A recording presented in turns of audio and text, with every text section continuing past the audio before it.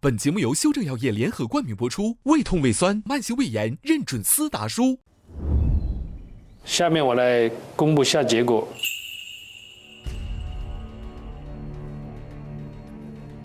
整体的观念，我觉得都做得很好。所以您觉得这2位有挑战成功吗？2位啊，我是觉得汪涵的整体的配餐还是要合理一些。谢谢老师。你是。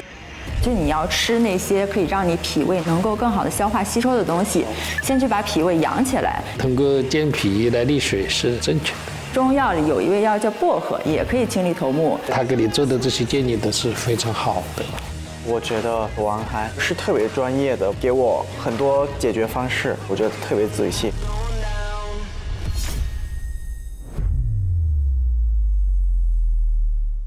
哎呦，我紧张的我手都凉了。别说你了，我还是别松了口气。他们2个人提出的观点也对，都是那关键那个节点。是，他们找到的切入点是对的，但是给到的方案呢，并没有完全能够超过王涵之前给到的方案，所以在今天上午的这个看诊过程当中，很遗憾，这个阿一和松岩挑战失败了。是对，但是下午还有机会，看看能不能像今天上午一样找寻到一个很精准的切入点。那好，那你这边还有什么问题吗？哦，目前没有了。我先离开这个房间，害怕。好，那你去吧，你记得给我留点那个饼干啊，有点想吃。一会儿我跑上来。我今天带来了我自己做的无糖饼干。糖饼干，看颜色就很健康。我们有份儿吗？小温有，必须有。谢谢。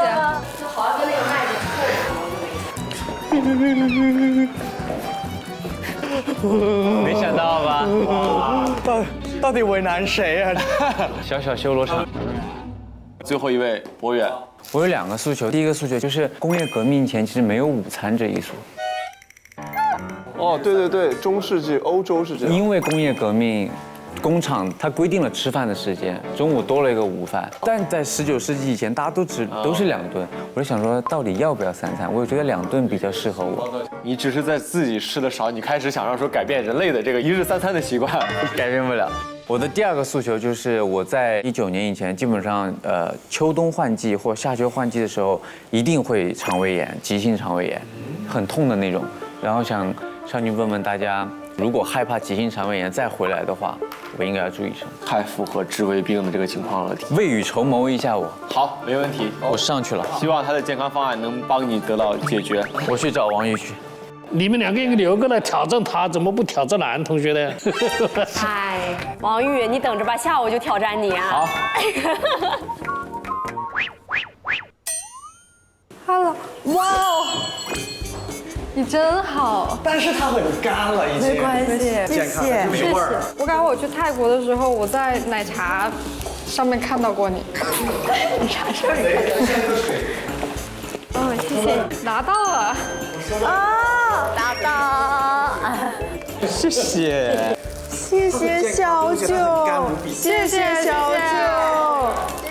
天哪！在这儿。哦，谢谢。打扰了。我拆不开包装，着急死了。哎，嗨，来了，博远，老师们好，请坐。恭喜你不用被接受挑战。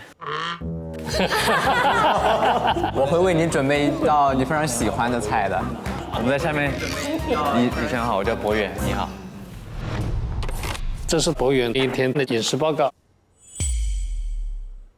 就是昨天也对你有一些了解了嘛，所以你每天是不吃早餐的是吗？我刚在下面和哥哥们有聊，我说工业革命以前也没有午餐。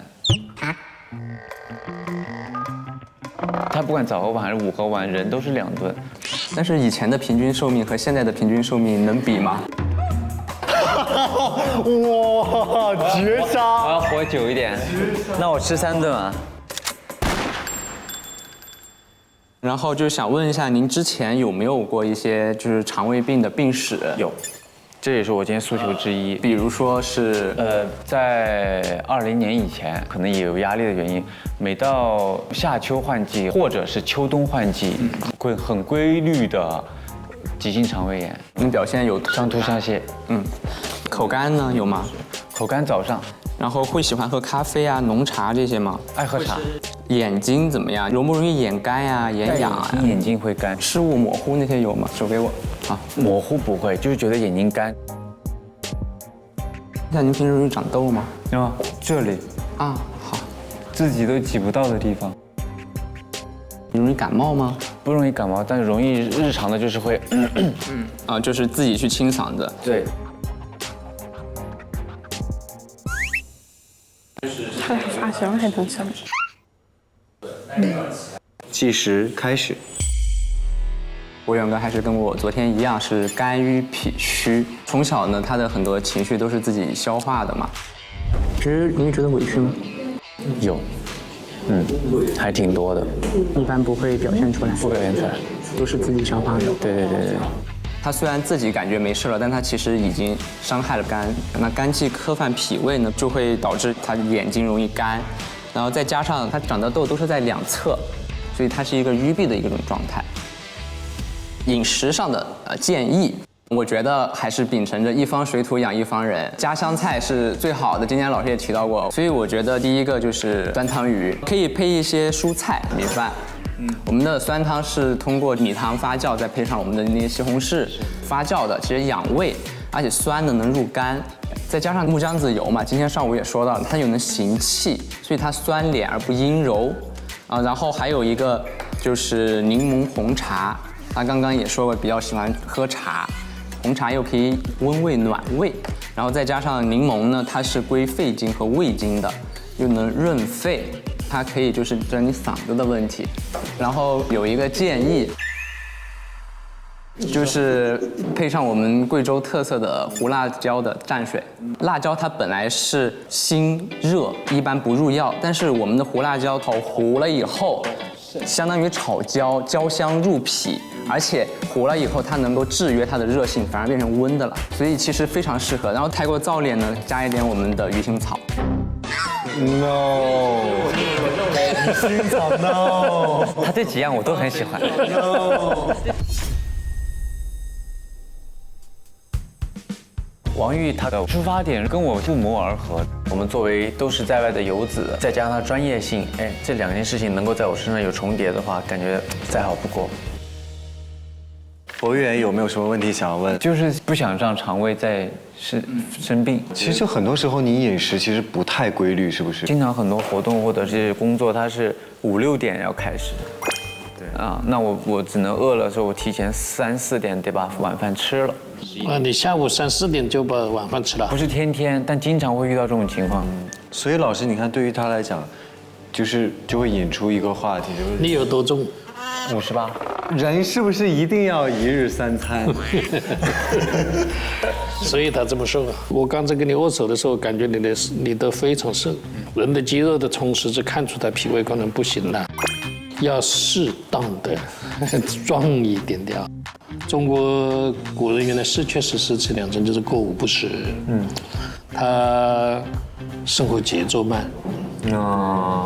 但是到后面我们中国人还是吃3餐，古人讲的2天忘节，日食3餐，还是吃3餐的多。他的情绪问题是需要解决的，你的情绪一定要调整，一个日在里面是肯定不行的。心里想事情太多了。那博远这边还有什么问题要问老师吗？我目前没有了。好的，那就下去休息吧。好，谢谢王毅，拜拜。刚才那个泰国的那个叫什么名字啊？叫高清晨老师。高清晨，他这种口干，你也给他想办法解决。我的肝，怎么口干？哦，我以为我的肝。好，你们3个人没有一个人想到他为什么口干。拜拜，一会儿见。拜拜。他生在热带地区，他这种人他就是，我们要用点酸酸的、甜甜的去配合，叫做酸甘化阴。有些人总是口干，他总是要喝水，你要用化阴的，他就不干了。酸梅汤，老师。酸梅汤啊，这是可以的。所以你是用的那个山楂是很好的。你的口干还和你生在泰国是有关系的哦。好神奇。所以饮食里面要给你加点酸酸的、甜甜的东西。刚刚下来，那个有医生还在说小九的那个，他说他生在热带地区嘞，要解决口干的问题。刚刚那个问题不知道有没有给你得到解决，就是一日吃几餐这个问题。就是这几百年的演变还是要遵循一下，我想活久一点。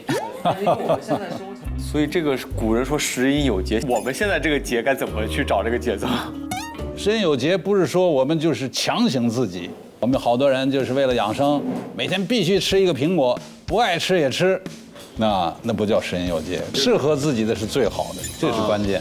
比如说刚才这个小九也提到这个问题，早上起来胃口没醒，不想吃，我们可以什么？为吃前先做一个暖场，他那个方法很好啊，喝一些薏米汤。食饮有节可不是我们真是跟一个继承表一样，到那点儿我必须要什么，到那点儿我必须要什么，这是不需要的啊。人的感知实际是对于养生方面来讲是最好的。情绪我们反复提到啊，情志养生第一要素。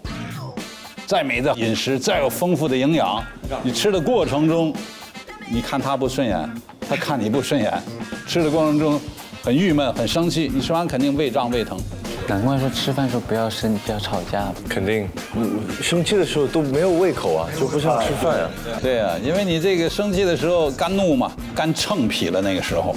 什么叫肝秤脾？肝本身来克制脾的。我经常形象比喻，肝是一个大哥哥照顾一小弟弟，如果这个哥哥他过于严厉，甚至管得过火，他该做的事儿也不让他做，那叫秤脾。就好像我们平常生气的时候肝太旺了，他把脾气闭住了，你吃不下去。你即便强行吃下去以后，肯定是不消化，对，肯定会胃疼，气不走，气滞了，疼啊。所以百病生于气，什么意思啊？并不是说我们生气的那种发怒那个气，气机不走叫百病生于气。王月，我想了解一下，就是网上有那种补益生菌的产品，是真的对我们肠胃有所调整吗？益生菌还是充分发挥自己胃肠的这个运化能力。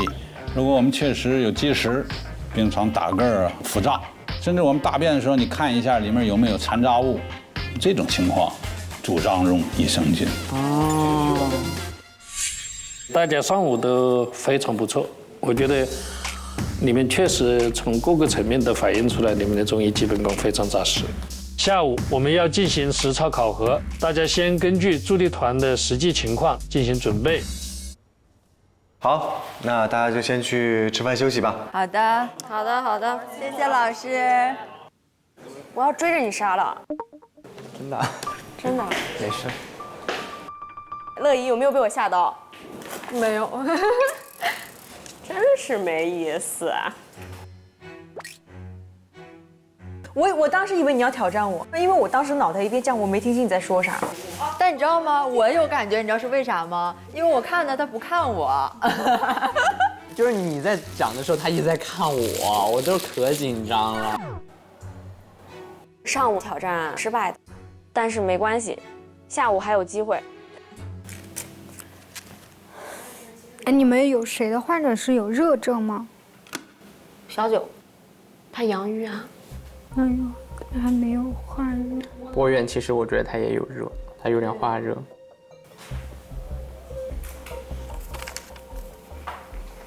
因为我上午就是失败了嘛。你们每一个人想到他为什么口干，他这种口干你也给他想办法解决。他的盐分的摄入，他到底是不是摄的高盐？我们要整个的视诊这一块来看。老师给我提的建议，比如就是不要太抓一个点，应该要更整体的看整个，而不要拘泥于就一个指标。其实我可以有更好的方案。这次考核虽然没有得到我想要的结果，但是我不会放弃。我觉得我下午我可以再来一次，改正我这个错误。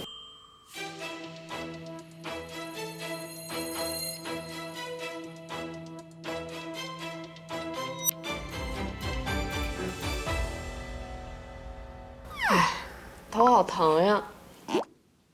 博远，昨天是不是你汇报的？对。博远他喜欢吃啥？他喜欢吃肉。喜欢吃肉。对。然后其实他平时好像也不是，就是说特别容易吃辣，就是无辣不欢那种。他是有什么症状？他其实就是我觉得是情绪的问题。你下午真对啊，我就挑战他呀，我总不能追着王涵一个人杀吧？我杀你俩，我也有点不至于吧？哦，他那眼神。博远，我这有资料，来。嗨，我的姐姐，您以后是我亲姐姐。快来，我告诉你一个我觉得比较重要的，偷偷跟你讲。博远昨天说了，他的情绪一直是非常淡，没有任何的起伏。我觉得这点很重要。你想想他为什么情绪一直淡？他是不是没有力气可以让他有情绪？你想想，妍姐已经给我透露了一个大法。好。下午可能就会被其中一个人挑战，我先稳住了阵脚，后面再自己正常发挥。准备好了吗？咱们准备好了哈，走吧。来这边。Hello， 辛苦了 ，Hello。好，你们先各自的1对1的先找地坐下。2位等待的先来到我们身旁。好，上午也大家都非常辛苦。那么到下午来了，我们今天有我们下午的事情。我为你们准备了27种国家卫健委发布的，既是食品，又是中药材的物质，还有新鲜食材、制作器，都放在了外围。你们要根据每一位助力团的身体状况和个人诉求，来为他们制作健康药膳。2位待定的学徒可以同时制作药膳，并任意选择其他学徒发起奇袭。最终，我们将根据药膳方案和成品口感来完成打分。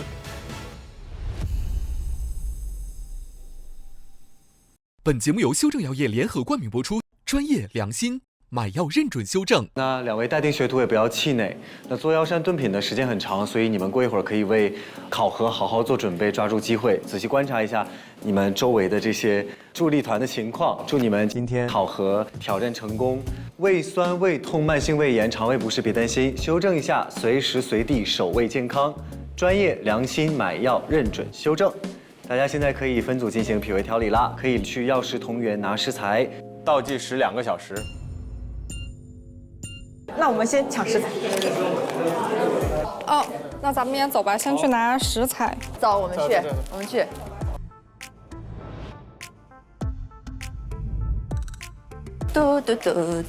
嘟，谢谢。按院感的要求是做吃的不能穿白豆对腐。，那我们要不现在就脱了。我来穿吧。啊，这个，谢谢。我一直想要穿这种医生的衣服。好，哎呦，不合适，有点小吧？算了，进不去。咱们拿一个南瓜走。想到是做一个南瓜的一个药膳，我用的食材首先一定都是能够好消化、好吸收，帮助它养胃健脾的。这个是薄荷，红枣，来，我们拿一点山楂。我要陈皮，这给我吧。OK， 我们找吧。说错了。陈皮和薄荷叶是我们要做代茶饮的，然后做之前其实是要洗一下才能煮的。那我一起洗好了。然后同时我还准备了一壶陈皮、山楂和薄荷水，它其实是有一些肝郁的表现，因为情绪的压力可以导致肝胃不和。中药里有一味药叫薄荷，它也可以帮你疏肝解郁。你这个是什么？玉竹。药食同源，这2个都没有味道嘛，就做起来它会相对比较好接受。王涵的药材是特意选的，味道没那么重的，这一点可以看出它还是很不错的。来分工合作一下吧。你就先负责小排的焯水，冷水下锅，把这个姜切片放进去，然后那个加料酒就行。因为 Fizzy 是胃强脾弱，这个药膳我选择的也是对他脾胃会好一些的。然后在这个制作当中也会有一些巧思，因为他比较喜欢吃肉，爱吃主食，爱吃肉。那我就选能够让他消化得了的肉，所以我选择的是做一个排骨药膳粥。这是大麦，大麦米就是排骨粥，大米用这个大麦米还有藜麦所替代，然后它就是一个 DGI 食物，就是可以让它升糖速度减缓一点，就让它食欲稳定。这是个烤箱啊。是的，老师。你还需要什么？我需要蒸锅，但是蒸锅现在不在。这个也能蒸，这个也可以蒸。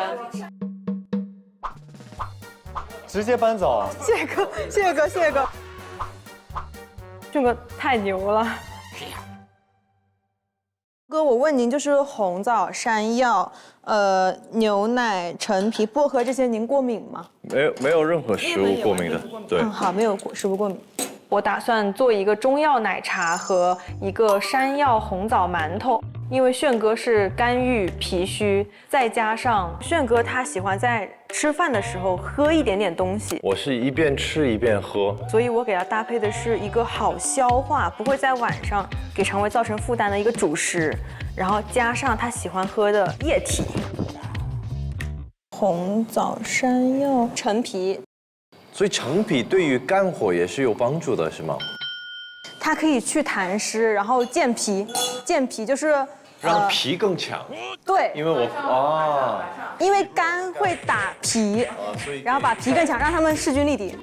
所以你给我下的方案，一个是降我的肝的火，然后同时也把我的脾给它加了个武器啊。是的，哥，您要不学中医吧？聪明。来一点薄荷，因为我对他的辩证是肝郁脾虚嘛，然后呢，加上博远哥他也有经常清嗓子的这些问题毛病，日常的就是会，就是自己去清嗓子。对，所以我的思路就是疏肝健脾润肺。来吧，然后我打算做的其实有2个，第一个呢就是四神汤的一个代茶饮。冷水下锅吗？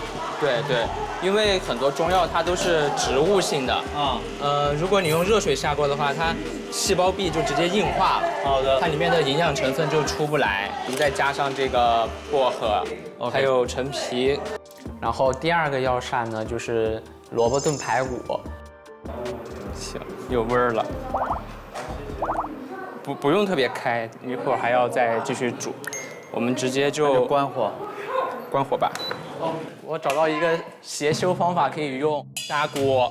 我还是继续坚持一方水土养一方人的观点。一方水土养一方人，家乡的菜往往是最养人的，所以我借鉴了我们贵州砂锅米粉的做法，用到了砂锅。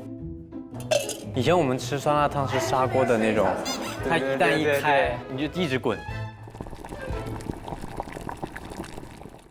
阿姨准备做什么？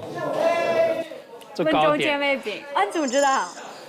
我看你这个肯定是要做糕点。对呀，茯苓有白术，他做的糕点很好。我觉得大家都能吃，每个人都可以吃。对，所以我下回其实并不想挑战任何人。哦，你想挑战你自己？对，你怎么知道？我觉得能做出来一个东西给大家吃，我就很开心。对于药膳，我还是比较自信的，所以我还是要挑战自己，我还是要重来一次。然后我下午就开始打了鸡血一样，请看看热医生的厨艺。赶紧，抓紧时间，还没有和面。加油！干姜、茯苓。阿姨，我帮你，我跟你一起弄。这个要打碎。可以。放地上。你就只需要完成你心里想的事情就好了，好不好？这件事情我来帮你。好。真的是非常的感谢他们，静轩哥和小齐哥，他们真的帮了我很多。小齐哥，低筋面粉在哪里？剩下都给拿过来了。可以。我已经3年没进过厨房，但我也相信我自己。没问题，把这个弄到这里。对，然后水进去。好，稍等一下。加点葡萄干儿。啊，对对，而且再加上你是新疆的，对你带一点新疆元素，我觉得很好，家乡的元素，是吧？还蛮好看，是吧？可以。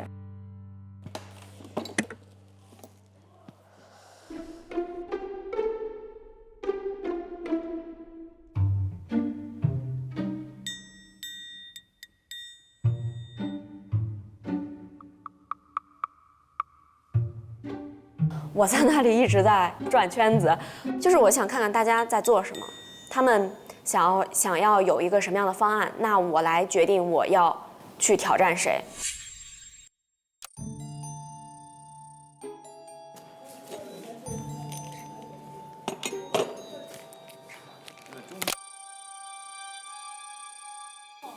我借过一下，谢谢。你需要什么？我可以帮你。没有没有。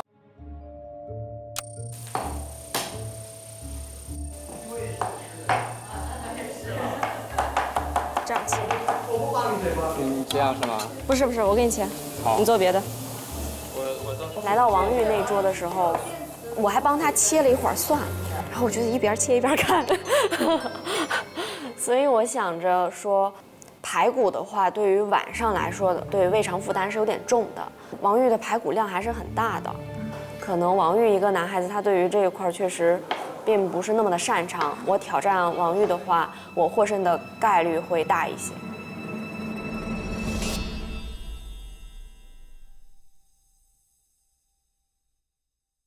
然后咱们先把山药蒸上。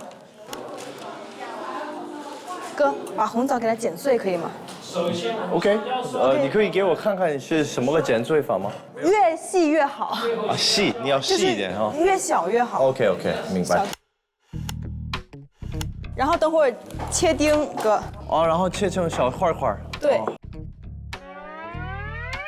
我这个放下去了，我觉得太影响我的工作了。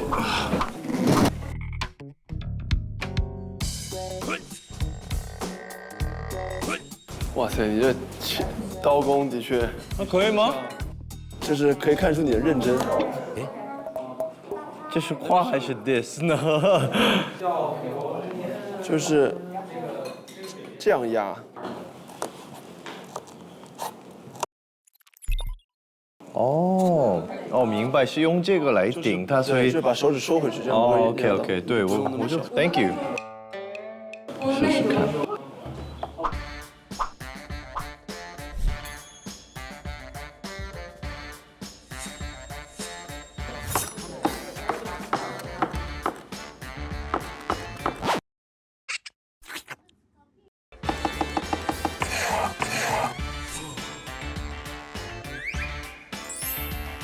那切的极好的，很违和，炫哥，你知道吧？很违和，炫哥，你知道吧？穿一个西装在这儿，然后搁这切大枣，我也没想到今天会这样的，是吧？谁能想事情发生到这一步？我也没想到炫哥今天穿西装。我外面再给您煮中药奶茶。可以，不甜的那种，不甜，不是很甜。可以，我现在你有我的信任。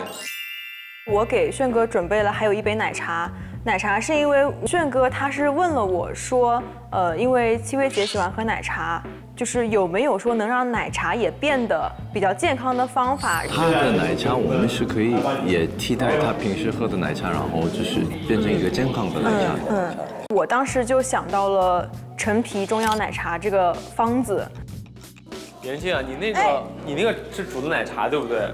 它的茶叶是不是有点粘底儿？刚刚有点糊味了。我来看一眼，糊了。那我上楼拿一个新的下来，这个有糊味可能用不了了，我上楼拿一个新的。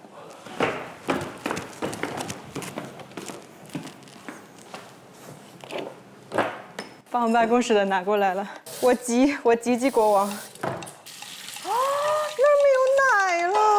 我给你一瓢，给你一瓢，给你一瓢，给你一瓢。真感谢，陈皮，这个我急。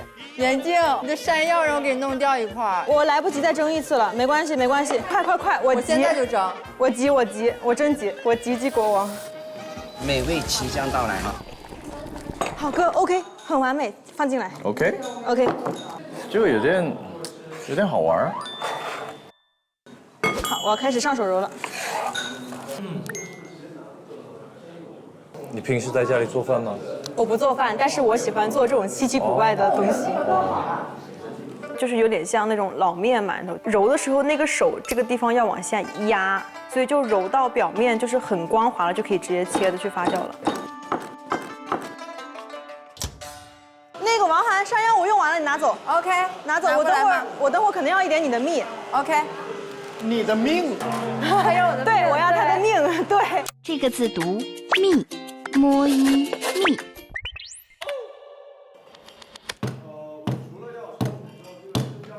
你小心手！来，我来。我可以。我来。No， 你不可以。你可以吗？我可以，当然可以。谢谢，因为这个南瓜太大了。哇哦！哇哦！在呢。哇哦！哇哦！什么呀？你是真的做饭？我姐姐做甜品，所以我从小就会跟着她做。我觉得它是我做这个药膳当中不可缺少的一环，因为很多重点的问题都是他解决，并且他有在帮我跑前跑后。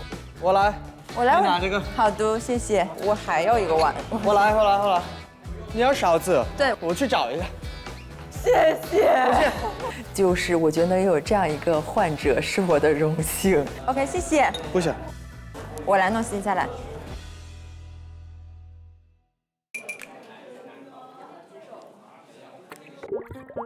排骨焯下水。这个生姜要怎么处理吗？生姜给它切片儿，切姜片。去腥。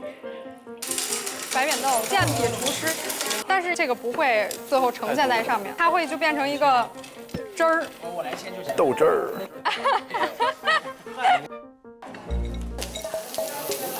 所以如果自己去买这些中药药材，怎么注意就是什么好什么不好？就选一个大的品牌，比如说修正药业。未来可期。可以。可以了，那就先放在一边吧。我来把这个煮上，变成汁儿。我来先就行，这边是豆汁儿。我把里面的药捞出来。有时候觉得我有一点多动症，就在这个环境里面，比如说我总得给自己找点什么事情。自己对自己的要求非常严格。有一点，就永远想考第一名那种感觉。懂。我想要做歌，我想要作弊。对。所以你之前听过这歌？对啊。哦。还有，那个就是全新的浪漫主义。哦，精华就是拿这个来煮粥。对。等它开。所以你博士研究的方向是什么？我其实主要研究的是那个结直肠癌肝转移。听不懂。就是在大肠上面如果有肿瘤，然后它转移到肝。哦。我原来其实特别想学数学来，被我妈阻止。为什么是用数学？我觉得数学特别浪漫。推理过程我觉得很有意思，但是我就记不住那些。您跟我念3个皮球、过期、肃穆。皮球、过期、肃穆。100减7等于多少？93。刚刚我念的那3个是啥？我这回的药当中还有一味药决明子，就是它可以清理头目，就是然后可以让就是稍微舒服一点，然后包括一会儿扎针我也会给你稍微，哎，你这儿可以扎吗？可以啊，可以。我没有把下午的治疗局限在这个药膳这个方面，之后呢去帮他进行了这个扎针，我们去扎针了。这次其实来就一直期待着能有这样一次机会，能做一下针灸。之前扎过针哈。通过针灸帮他的脾胃之气给他健起来，能够更好的消化药膳。要是觉得烫或者冷的话，要告诉我啊。好。头上这是什么穴位？一个是睡眠，另外一个就是比如说咱们平时会有一些感觉记忆力有问题啊，或者健忘啊。针对我的一些问题，赵姐就给我做了针灸，然后做的过程中我睡着了，然后醒过来就感觉整个世界都不一样了。我已经确定要挑战王宇，博远哥是饮食结构比较单一，他又有一个脾胃虚弱的问题。我对于博远的设计就是在餐前吃一个解郁温胃饮，只用到了山药、红枣、醪糟这3样药材最容易买到，也最方便博远哥复刻出来。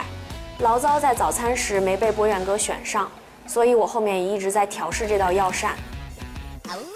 饭后喝一个奶茶来促进它的消化，这2个辅助可以很大限度的匹配它的餐食。为了丰富饮食结构，我特地在为博远哥准备了4神汤南瓜蒸蛋，把4神汤的药液吸出，用药液来浸入这个鸡蛋羹中。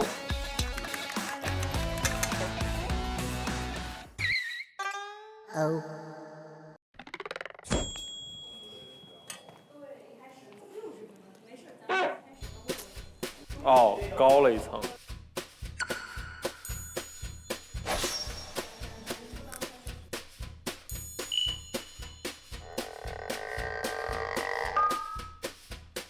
咱们5点多少？5点半。不行，我不能一直耗这个，耗这一个菜，耗这一个菜我肯定做不了。我来了，我来了。哎，你南瓜是熟了好了吗？这是谁的？谁要蒸吗？松岩也想蒸个南瓜。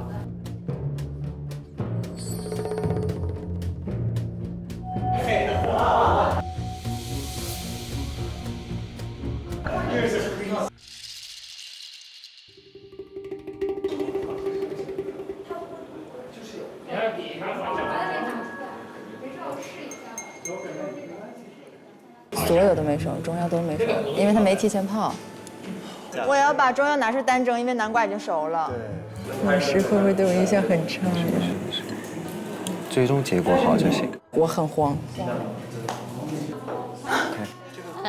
这个火是最大的吗？是最大的。好，谢谢王哥。没事，哎呀，谢谢王哥，都是我应该做的。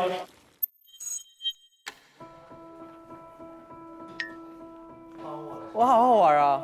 你不是喜欢吃零食吗？特别喜欢。对啊，小饼干不就是当零食吃？哎呀，专门给你做的。天哪！我觉得王哥，我们就暂时就只做这些是吧？对，可以。好，期待吧。期待。开始。哈，我有点小激动，因为我要做一个从来没做过的东西。什么东西？需要我帮忙吗？酸奶冷瓜汤。准备的第2道药膳就是酸奶冷瓜汤，用新疆酸奶做底，加入天山奇豆、鹰嘴豆，加入爽口的黄瓜丁、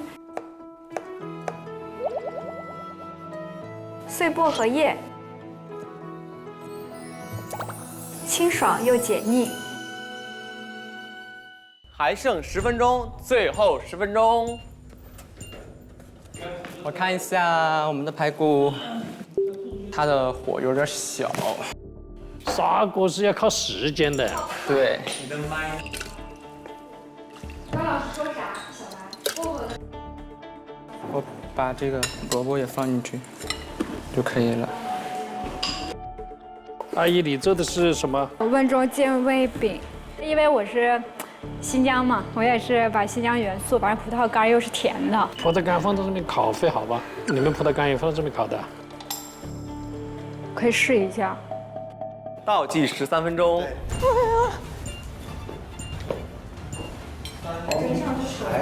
牛。It's like hard。这个来不及了，没办法，我得让它至少先完成。我放2小的进去。还有最后30秒。底下那个水要没了。5、4、3、2、1，时间到。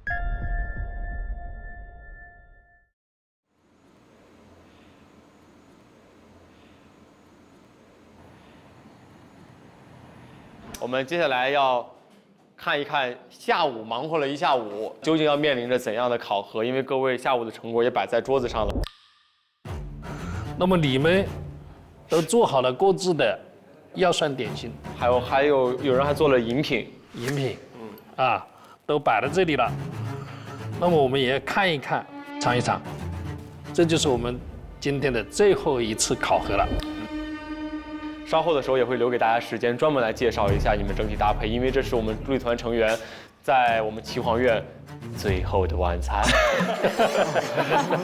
同时也要提醒2位待定的学徒，这是今天最后一项考核，抓住机会啊，该出手时就出手。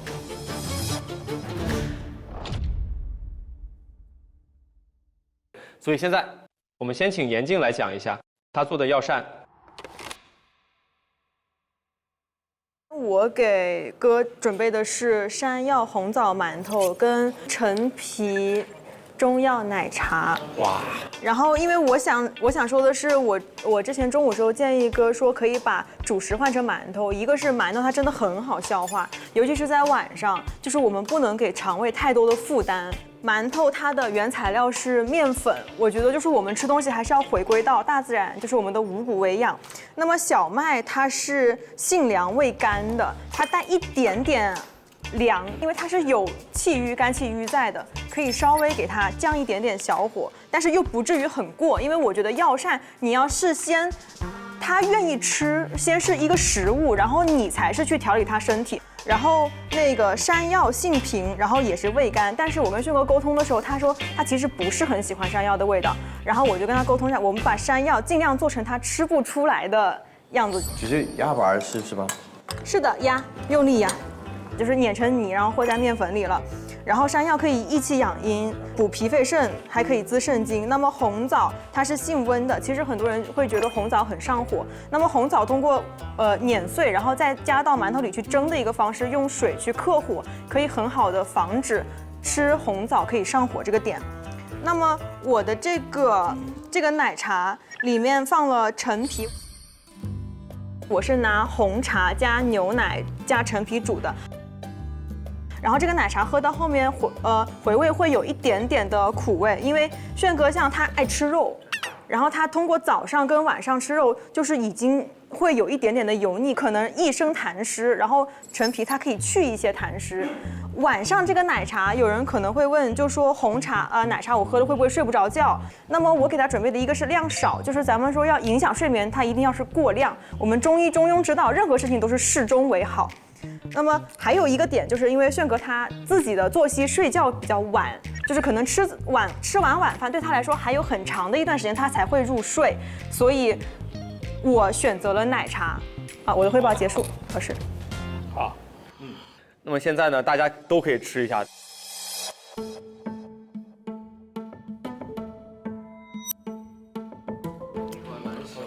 你这个粉是用什么发起来的？它是中筋面粉加一点点的酵母。你这有那个韧劲儿是怎么？对，因为我是手揉的。可以哦，我一个山东人，哇塞，是吧？山东人的认可是最高的。谢谢哥，谢谢哥。这一口可以。好吃。还有啥？还拽一口。可以。这个味道确实挺好。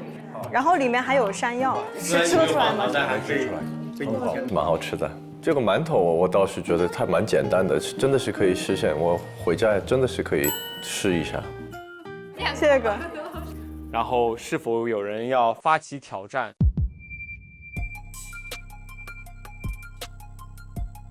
那个馒头好好吃，它把药材跟食材结合得非常好，完全吃不出药的味道。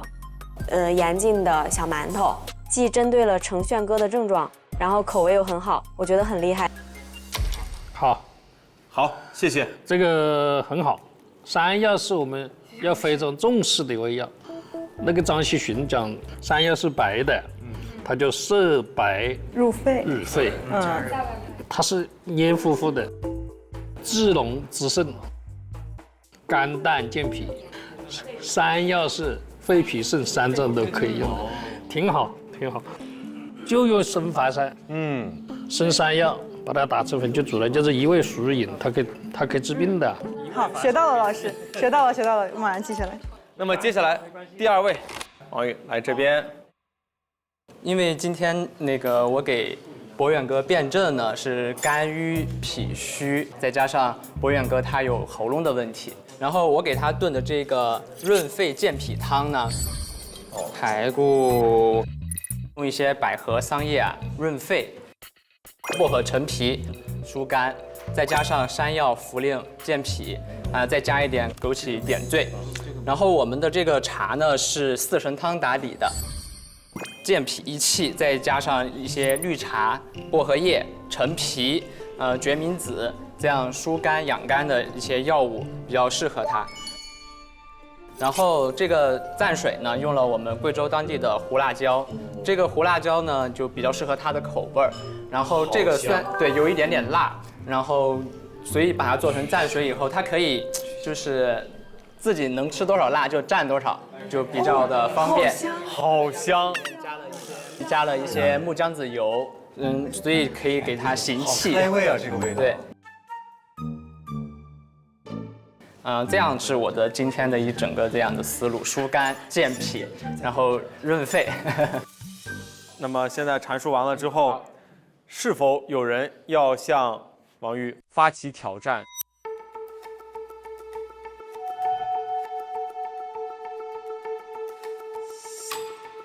王玉的蘸水真的很香，但我并不担心，因为我对我的方案其实是很有信心的。前面这个转一圈是怎么回事？就是给他一个以为我不敢。虚晃一枪，虚晃一枪，虚晃一枪。好，来，请汇报你的整体的搭配思路。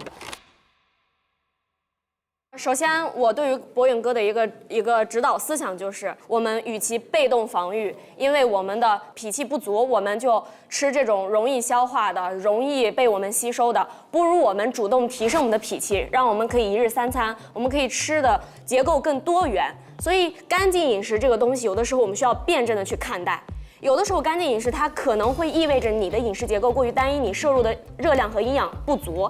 所以我希望就是博远在我的我自己这种思想的指导下，它可以结构更广，它可以吃到的好吃的东西更多。那在这个指导思想下呢，我首先做了一个餐前的小甜品，我叫它解郁温胃饮，把这个山药和红枣煮烂之后倒入醪糟，小火煎。它具有补益脾气、温养脾胃，适合脾胃虚弱所导致的食少腹胀、乏力等等。它非常适用于这种脾胃虚弱、食欲不振的患者。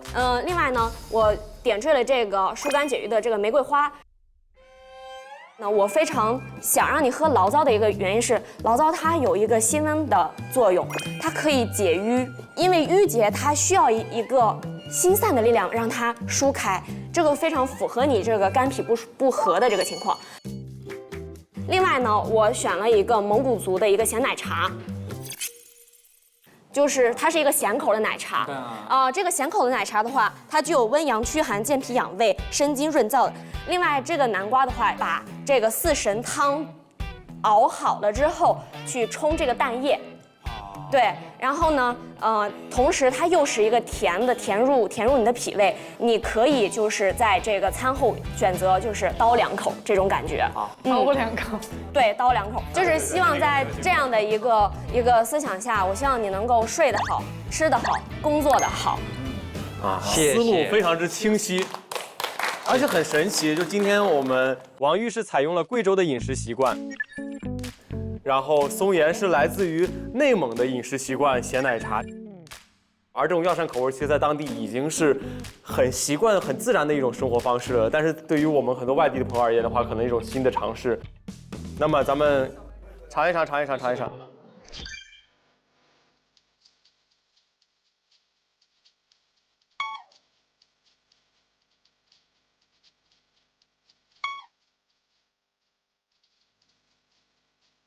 很迫不及待这个蘸水吧？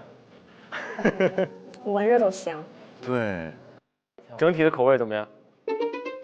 其实刚刚你说的那个点很对，大家都是用自己最家乡的味道来作为自己的方向。对。然后他今天说的有一个点很打动我的，就是情绪不好的时候就得找你最熟悉的味道。但如果像我们这种情况，在外面上班的话，没办法回家，就只能找做的味道很对的贵州菜，然后所以我会比较喜欢这个。虽然你这个游子选择了贵州的味道，但是好在你的选择并不是这么重要。对不起，对不起，我要听老师的。它因为博远是从它口感上面嘛，但是从整个的搭配思路而言，站在药膳的角度，站在博远体质更适合怎样的这些食材的角度来，还是要请老师做出一个决断。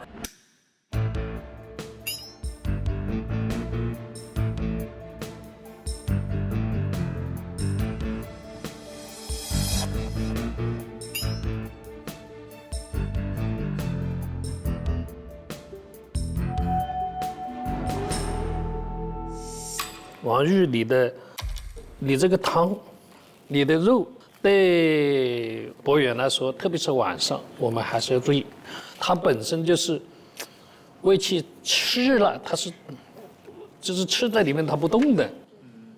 晚上我们尽量吃容易消化一点的东西。四神汤，你们两个都用了四神汤，这是你的四神汤是水，它的四神汤是个鸡蛋羹。四神汤它是完全是健脾的，你这个也是完全是健脾的，加的陈皮是很好的。我们叫做补益的药，它叫做进药，要用动药去推动它。推动的药一定是小剂量的，它这是个带路的，是不是？引子吗？对，所以你这个陈皮，我觉得还是多了一点点，你这个汤有点点苦哦。这个酒糟啊，用得很好。确实对脾胃虚弱有改善作用，你的设计还是比较的合理。我觉得宋妍还是挺不错的啊。谢谢老师。好吧，没关系。我俩你朋友，好朋友，我俩是好朋友。白松元同学整个的汇报还有他的思路是非常好的，他的那个醪糟也非常的好喝，没有做那么油腻，其实非常顾护。我们博远哥的这个脾胃，所以这是我觉得他比我汇报的好的地方所在。他用那个中药水去冲鸡蛋，然后再去放到南瓜里面蒸，蒸出来还是挺好看的。他的思路很清晰，中医基本功很强的。那么接下来就是王涵。那我先说一下我做的药膳吧。我做的药膳是南瓜，它是蒸的，里面同时蒸了百合、玉竹、山药和大枣。因为其实他是很爱吃甜品的，然后我就选择了大枣，可以平衡这个甜味儿。包括那个南瓜也是非常养胃的。我的主题就是疏肝健脾养胃为主。然后这个其实是一个代茶饮。就它里面有山楂、有薄荷，还有陈皮。因为薄荷不能久煎，所以我们是把它焖煮的。很细节。然后山楂是一个非常好的消食的东西，同时因为你口渴而且爱出汗，山楂胃酸，然后它又是一个非常好的可以帮你敛一敛汗的这样的一个东西。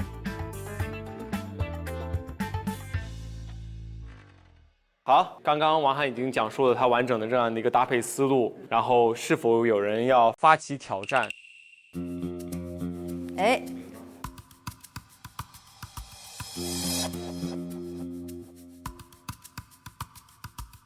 有人吗？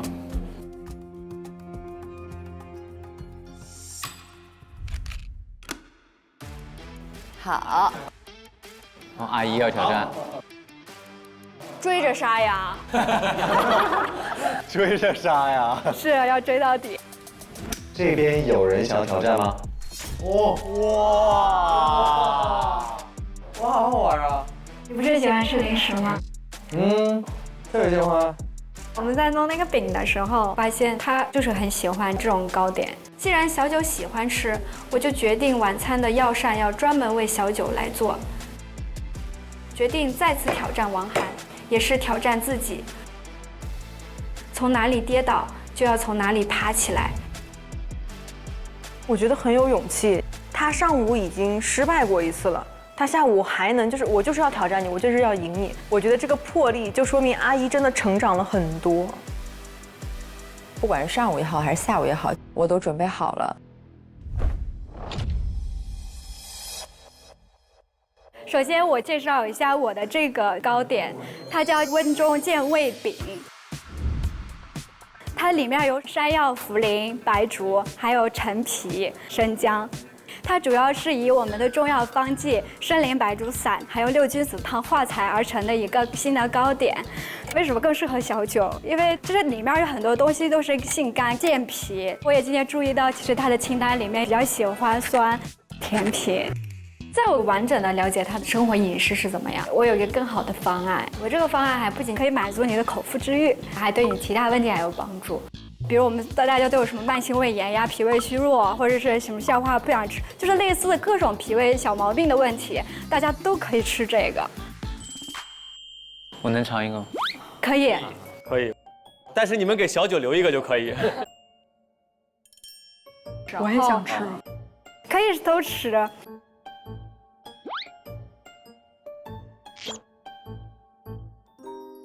好吃的。哎，你们不是吃这个会容易会干吗？那就配点这个汤，不就很好吗？这是什么汤？这是酸奶冷瓜汤，它配料是有酸奶，还有这个黄瓜，还有薄荷，其实里面还有这个鹰嘴豆的。鹰嘴豆的话，它也可以健脾和胃，也对我们的强肾，就是强身。好，也是鹰嘴豆，也是非常好。明白，收到你的心意了，谢谢，真心感谢。小九，你来品尝一下吧。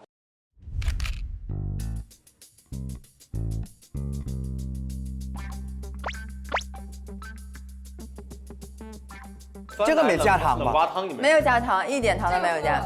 我这个没加糖，相当甜。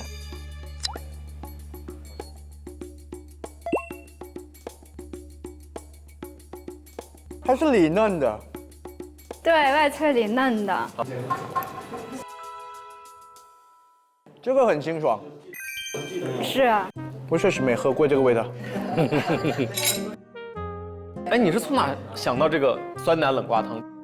灵感来自我们新疆，因为我们新疆我们也是喝酸奶，最后喝到那个点儿加点冷水，然后再打，然后喝下去。我为家乡扛大旗。很新的那个口感。我觉得这个形式很不错。你们两位做出来的这个药膳的口味风格，我觉得差别还挺大的。既然药膳的话，我们要考虑到的是从小九身体状况出发，他们两位的制作的思路，到最后您站在中医的角度，觉得哪一个更为合适？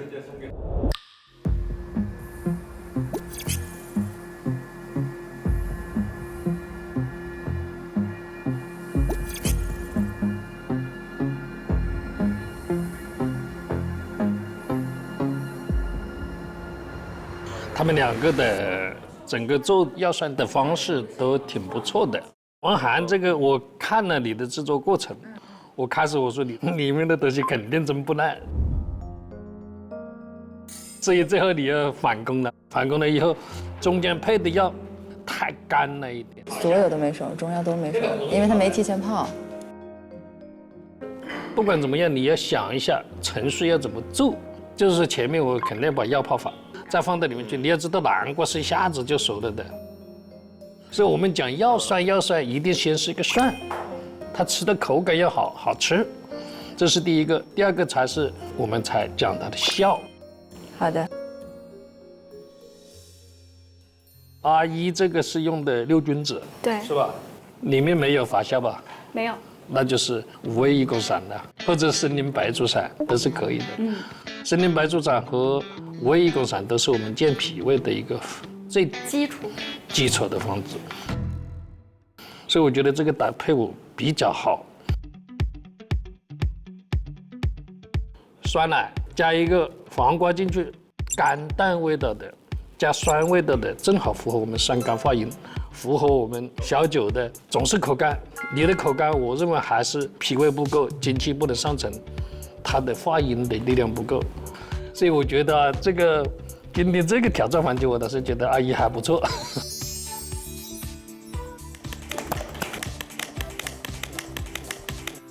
还是有点小开心，这个是很开心的，被老师给认可了，然后觉得也非常的不错，我觉得真的很开心。我很认可药膳先是膳，这次我太着急了，只想着怎么呈现我药膳的效果，忽略了它的最基本的口感。这次阿姨确实对于药膳，她是下了很大功夫的，整个点心的做的一个流程也是很复杂的，所以她确实能感觉到她在用心的准备。那么我们就恭喜阿一本次挑战成功。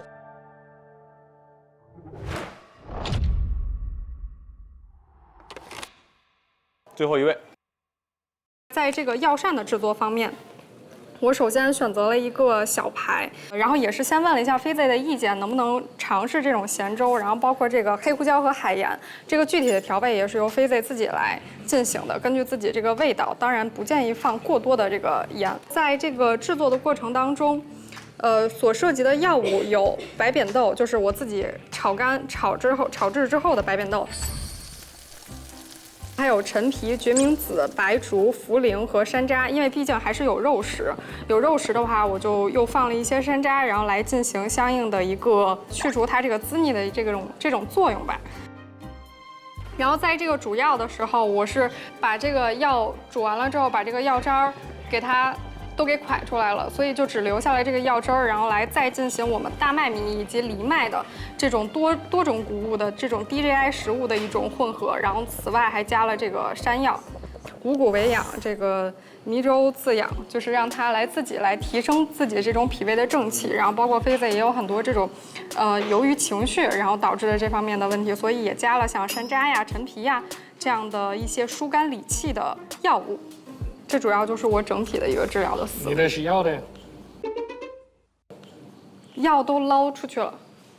所以我说你还是很聪明。谢谢老师。本来我们做药膳的时候，确实有些不好吃的药，他不要搞到这里面，他弄到里面，他就觉得这个菜渣太多了，它不好吃。那个陈皮还在里面。哦，应该要做完就取出来。他非常聪明，他把它水煮了，把那个渣捞掉，他不要了。然后可以吃的小麦啊，这个白山药啊、莲子啊都在里面，所以这种味道肯定会，我也想尝一下。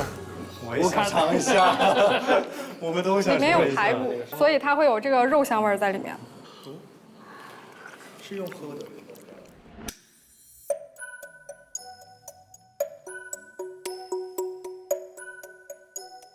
没加盐啊？对，没有加盐，因为就是有些人可能本味就行，然后它可以加糖，也可以加盐，对，随你自己。对，它这个小麦煮在里面本身就是很好吃的。小麦我们中医也是为药，是不是？对对。它用小麦的目的，它就是来健脾的，很好的。我们开曲放好都有一个思考的过程，什么要先煎，什么要后下，这都是我们要想的。还是来一点。要加吃肉，它要加一点点盐。对对对。肉味的话，先少来一点。它用一点点盐的话，它这种鲜味它才会出来。整体来说，我觉得做得非常不错，这个药膳做得非常不错。好。它的那个粥，就说了它那个方法是取它的气味儿，还有它的性。那我再把中药给渣去掉，你再我们喝这个，我觉得很营养。我觉得这个思路也非常好。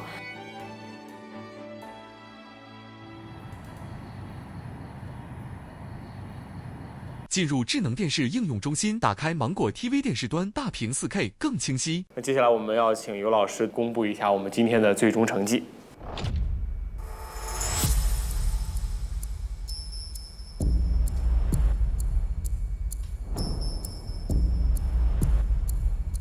今天的主要内容就是药膳，所以谁的药膳做得好就上来。这两个被挑战下去的是非常可惜的。王悦、汪涵非常遗憾的就是说挑战下来了，我们就不能进入前4。我对自己这一次考核是不满意的，我甚至觉得是非常糟糕的。但是我觉得也是要把这个化成动力，更加全面的去准备下一次的考核。就是觉得这次输了，下次就赢回来呗，下次就不会输。我今天要讲的，对我印象最深的、做的最好的药膳，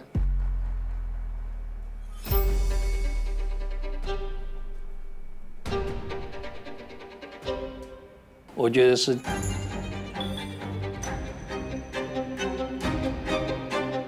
严禁的。谢谢老师，谢谢同意。不要小看这个馒头，一个小小的馒头，它包含了我们中医的这种思维在里面。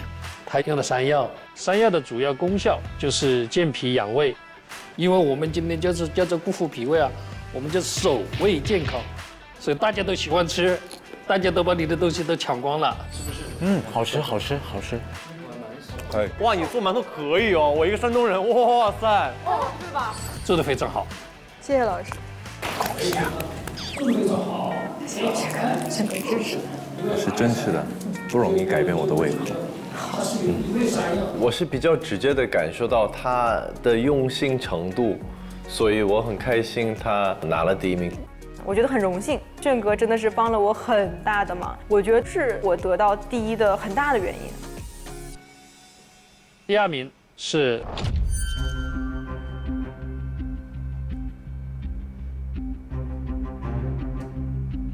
乐怡，乐怡是恭喜恭喜，好吃爱吃。我看乐怡的问子是问的最好的，而且你讲的这个秋季定它肝胃不和、胃强脾弱，定的挺不错的。我认为它是肝胃不和，然后导致了一个胃强脾弱的一个情况出现。下午的药膳粥还加了很多对应的药材，用了小麦健脾养胃，而且这个药膳也还做得蛮好的，做得蛮好。4次考核，拿了3次第2。我觉得啊，对于我来说，过程是很重要，但是有时候结果才代表着别人的看法，或者说别人对你的认可程度。也希望能有人看好我，然后我肯定也会努力的。第3名是白松岩，恭喜。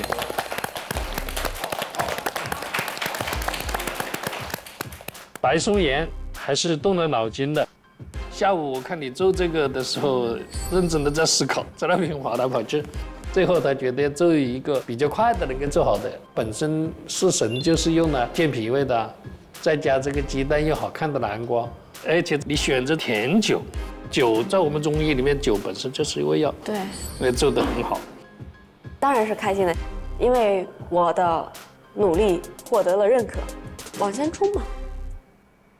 阿姨今天下午确实是下功夫了，你的点心也是非常符合药膳的这个说法。你把这个药加到你的点心去了，我尝不出里面有什么东西，而且你还用了一些新疆的做法，口感很新奇。它是里嫩的，对外脆里嫩的，这个很清爽。是啊，我确实没喝过这个味道。点心里面加中药，确实我们加健脾胃的药，非常好，非常好。其实我今天最大的收获就是要不计成败的努力，我要享受我的这个事的本身。那我觉得这种心态做事儿会非常的舒服。我们助力团的哥哥们感觉这一整天成员们安排的怎么样？非常用心，应该说。相处才2天，然后对方对我们这么了解，我觉得是一件很难得的事情。尤其是感谢王涵一下，因为他今天刚刚结束了之后，还给我手写了。哦。没说完，我一会儿给你整理出来。好，谢谢。我觉得特别感动，然后我已经安排我的团队给我打印，然后我就会贴在我家里边，因为我每天都会泡这泡那喝，就是特别感谢。我自从打完针灸，再配上这一碗粥之后，感觉已经焕然一新。是他下午扎完针灸之后，他说他整个世界就看我们都加了一层滤镜。你们每个人都在发光。清晰度突然提高了吗？是的，现在是8K。我就是想说，我刚才看到你们每个人在发光，不是一个比喻，就是真的是这种感受。然后，而且我也能感觉到大家就是很真诚，然后很善良。好。作为患者吧，很温暖的一种体验。你可以把这个插上，你要觉得比较有意思。打拍子嘛。非常温暖。有被感动到，真的，谢谢大家，谢谢。我的体验感很好，就这2天，我觉得我来了一个完全健康的一种会所的一个地方，然后换一个词语，场所。奇峰宴是个会所，诊所哥。就是那种来了一个专门管理健康的一个诊所，然后就有一个大夫，就是完全了解我的一切的生活习惯。高钾饮品代替咖啡，消水肿，不伤胃。所以你的指向性还蛮清晰的，就是因为我昨天跟炫哥搭档，就是了解的比较多。因为我是一直抗议把我的饮食习惯改变，但通过多轮的沟通，我觉得眼睛给我配的这个馒头的方式，我非常容易接受，而且我的心情也会很快乐，在降我的这个肝火的这个东西。对，这个就是中医的魅力，总有一个方法能让你接受。对。我觉得中医的伟大是它不是只有一个方式，好的中医，是可以让任何人接受到的。我第一个感觉啊，后生可畏。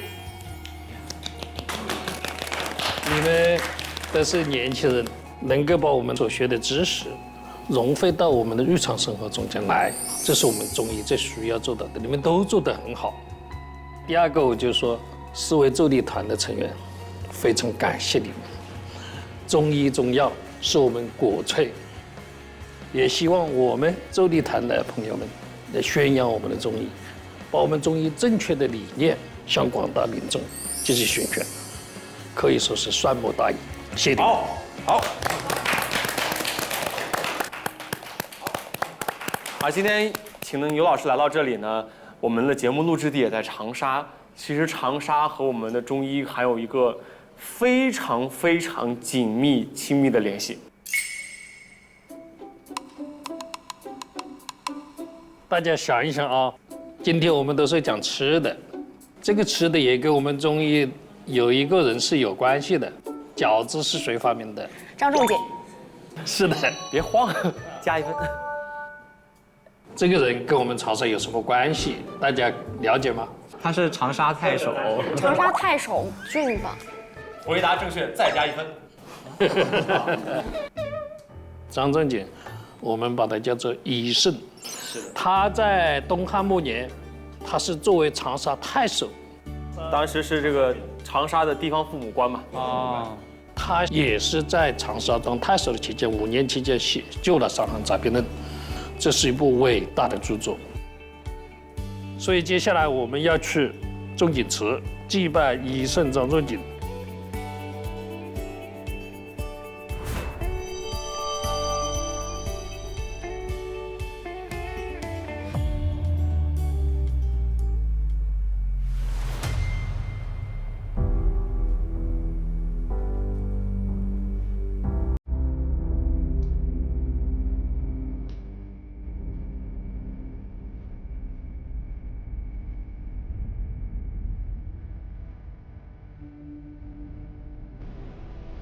师傅好。老师好。我向大家介绍一下我的师傅申光荣先生。申老是第2届国医大师，第5届中央保健组专家组成员，中国中医科学院学部委员、执行委员。老师好。老师好。医圣张仲景留给后世最核心的财富，当时伤寒杂病了。它的宝贵之处啊，在于为中医构建了一套辩证有准则、治病有大化的临床思维体系。伤寒杂病论被誉为是东方之宗，其方剂之间永远能够应对临床复杂的病症。因此，我们新时代的中医人应该做到以下的64个字：医圣仲景，其方药光，伤寒杂病论则八方，勤求骨顺，博采众方，观其脉证，四诊合三，知饭合宜，辨析精详，随症治之，方正相当，溯本追源，薪火绵长。溯本追源，薪火绵长。守正创新，济世安康。守正创新，济世安康。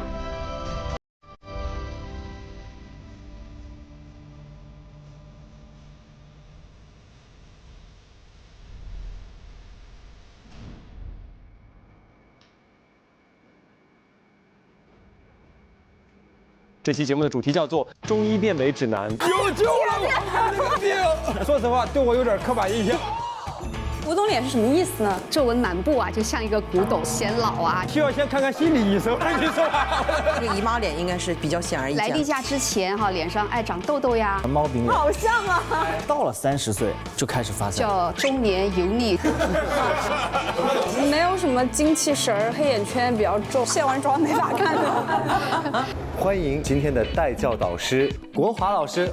熬夜会有疲惫感吗？熬夜我巨精神，我巨爽。在骄傲什么？我有甲亢以前，我小时候有多动症。这是一个非常配合的环节。别的不配合。笑的话很可爱，但是两边好像没有很对。笑的很可爱，可是笑的不对称。好漂亮啊！好好看，好好看。我想去黄去黑。直接就说。直接。你会做梦吗？做，而且还会做梦中梦。他是在硬挺。哇，你看老师，你是会诊哇，这么严重吗？我还需要会诊？原来医疗资源如此充足。姨妈期的时候会有一些情绪上的问题，通过什么方式来缓解？打李川不是。经期的时候，李川是会多喝热水。一开始是这样，贵在调教。我想在锤锤下去之前抱锤锤一下。哎，我不知道这个说了合不合适。每一天都在说没事。它不仅能看透你的身体，还能看透你的心。开始下午实操环节的考核了，那我全卸了得了。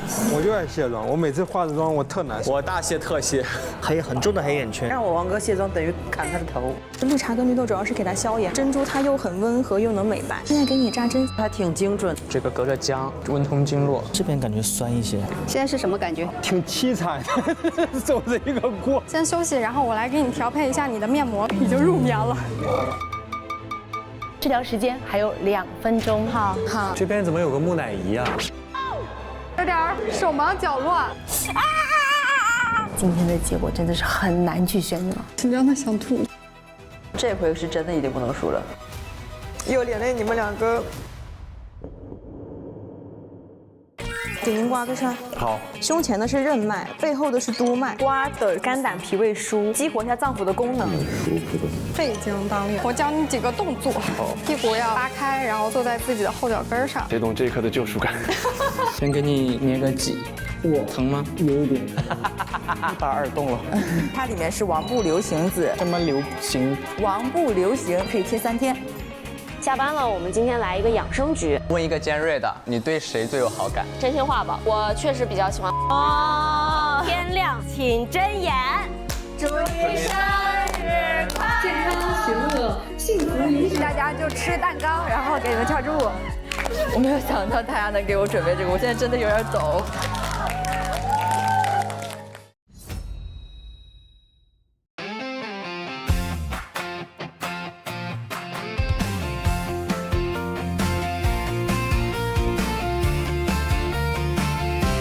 晨光亲吻百草双背包载满青涩的向往，只见叶儿冬古房里的秘藏，推开门是未知的土壤，脉象诉说生命的回响，压箱萦绕初心的形状，跌跌撞撞也学着去担当，每一步都写下新篇章。汗水浇灌稚嫩的梦想，古老智慧在指尖发烫，不问路障，只问心之所向。青春远志也到当归。更多精彩内容尽在新浪娱乐微博综艺、新浪综艺。上微博搜索节目官方话题“初入职场中医季”，解锁更多朝养生活秘籍。上微博带话题“初入职场中医季”发博讨论，共同见证中医新生代的力量。上百度 App 搜索话题“初入职场中医季”，一起参与话题讨论。特别合作映客直播。